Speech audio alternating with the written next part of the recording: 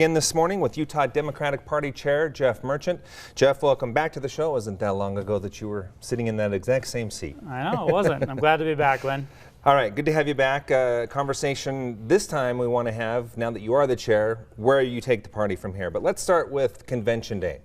What message did you receive when in the first round you walked away with the position with 77% of the vote? That's a big victory. Yeah, I think that it was, and honestly, I think that the message is that Utah Democrats are ready for unity, Utah Democrats are ready for a new direction, and Utah Democrats are ready to start winning. Okay, and those are things that you all promised as you made the run for chair. Let's get into the transition first before we get into some more of that. As I mentioned, about a month in now, how has the transition gone and what have you been able to do to this point? Yeah, so the transition is going really well. We're working at reorganizing essentially every level of the Democratic Party. We're working very closely with our new county leaders, with our issue caucus leaders. Our state has lots of different issues, and we have Democrats that are interested and involved in all of those. And as an executive committee, we are working to start moving forward on making the changes necessary to improve our financial situation and to prepare, frankly, for 2020. You take over for Daisy Thomas after her serving one term. Did you have any type of conversation with her during this transition? Yes, Daisy and I had a couple of brief conversations. I think that she's taken a little bit of time off. We haven't had a lot of discussion since then, but she has continued to participate in Democratic activities, and I'm grateful for that and glad that she's still willing to participate. Mm-hmm. Not only you as new chair, but a new leadership team in other places as well. How do you see you guys working together as an executive team? Well, look, I mean, the Democratic Party is made up of a lot of people with a lot of different views. I've said from the beginning that we're a big tent party, that we accept and want different perspectives. And the great thing about our executive committee and really most of the people involved in the party is we do have different views. The beauty of the team that we've got now is that despite some of those differences, we all share the same values and we want to see the party succeed, and we're willing to work together to make sure that happens. Let's talk about where you would like to see the party moving in the next couple of years. One of the big things you said right off the bat was getting out of debt. Where do you stand there and what do you still need to do? So we have a lot of work to do on the debt situation. I mean, we came in with, I thought about $80,000 in debt. It might be a little bit more than that. And we're working with not only large donors, but also with everybody from people that have been involved for years to new people to get them involved and interested. I'm excited to say that we've started reinvigorated a few programs that have already shown a lot of excitement among our Democratic stalwarts, and we're starting to move in the right direction. Did you say it's bigger than you thought it was going to be coming in? I think it's so. A little What are you bigger. guys looking at right now? I think that to be on the safe side, we're probably looking at around $90,000 in debt, and that's already starting to come down a little bit, but we have a long way to go. So is this about bringing former donors back that have maybe become disenfranchised with the party and taken their money elsewhere, or where is the core of that going to come from?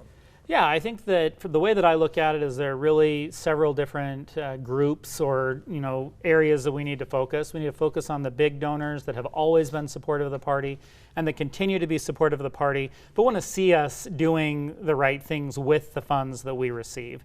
And then we've got people that have long been stalwarts, long donated medium-sized amounts of money and want to continue to do that, but again, want to see us utilizing that money in the right way. When you talk about wanting to see you using the money in the right way, there are different opinions on how that is, though. So how do you balance those different ideas of people who are maybe saying, I don't want to donate because of it's not being put to use in the right way?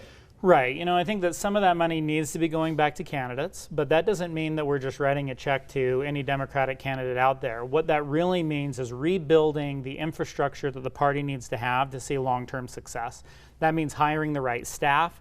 It means having the right people in the office, the Democratic Party office, to be able to provide the support that a lot of our candidates need and frankly want. Let's talk about that a little bit more. In 2018, the Democratic Party made some small gains, took one of the congressional seats, but also up at the State House, picked up 3 or 4 seats as well. How do you build on that moving into 2020?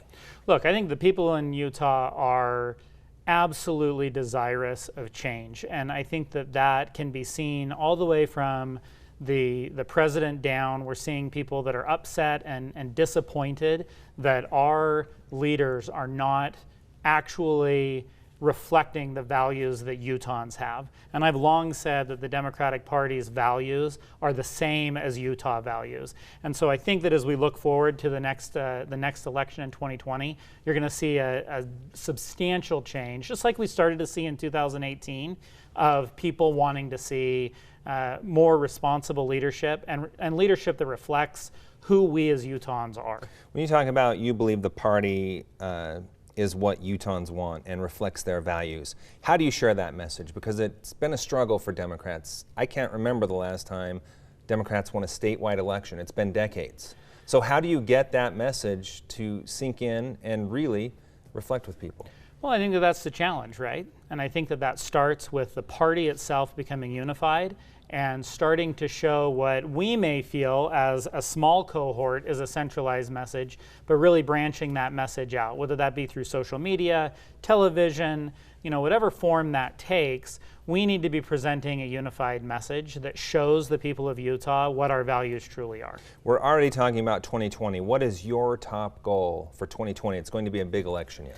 Yeah, look, I think that we've got a couple of goals. I think that maintaining Med McAdams' representation for Utah in the U.S. House of Representatives is a huge goal, and we have a lot of work that we want to make sure is happening at the legislative level as well here in Utah, both in the House and in the Senate. When you take a look at both parties, the two major parties here in the state of Utah, the Republican Party and the Democratic Party, you saw a major shift in their leadership as well.